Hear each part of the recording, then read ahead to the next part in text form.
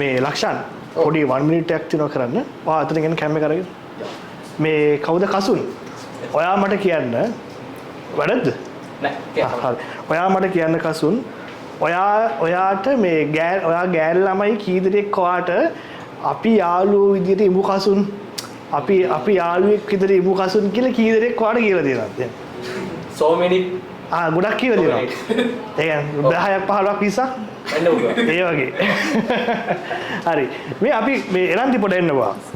මම එරන්දිගෙන් අහන ප්‍රශ්නේ. එරන්දි ඔයා පිරු ළමයි කී දෙනෙක්ට අපි යාළුවෝ විදියට ඉමු කියලා දෙනවද? ඔව්. හරි. එරන්දි අමාරු දාන්න ඕනේ. මේ අපි කොහොමද එරන්දි කියන්නේ යාළුවෙක් විදියට කියලා කියන්නේ මේක නියම එකක්. තාරක ඔයා එන්න ඔයා පැත්තට හැංගින්නේ නැහැ. මෙතන යාළුවෙක් විදියට. අපි කොහොමද as a friend. යාළුවෙක් විදියට කියන්නේ as a friend. තේරුණාද? මම කියනවා මනුස්සයෙක් විදියට as a person. ડોක්ටර් කෙනෙක් විදියට as a doctor. තාරක එන්න. ඔයා කියනවා තාරක කොල්ලෙක් විදියට. කොහොමද තාරක කියන්නේ? as a boy.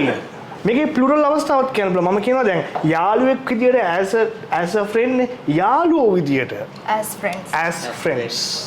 එක්කන් යාළු මේ මචං මම ඔයාලට මේ යාළුවෝ විදියට කියන්නේ. We are telling you as friends. යාළුවෝ විදියට කියලා කියන්නේ. නේ? මම කියනවා ගුරුවරු විදියට. කොහොමද කියන්නේ? as teachers. ඕනනම් කියන්න පුළුවන්. හරි? ඊට පස්සේ දැන් ඊට පස්සේ කොහොමද යාළුවෝ විදියට ඉමු කියලා එරන්දි කියන්නේ කොහොමද මේ කොහොමද කියන්නේ? Let's work as friends. Let's be as friends. හරි? Right guys, done examples. මේ as කියන එකේ as හැබැයි a is as. හරි? is as. Done examples. See you guys in the next video.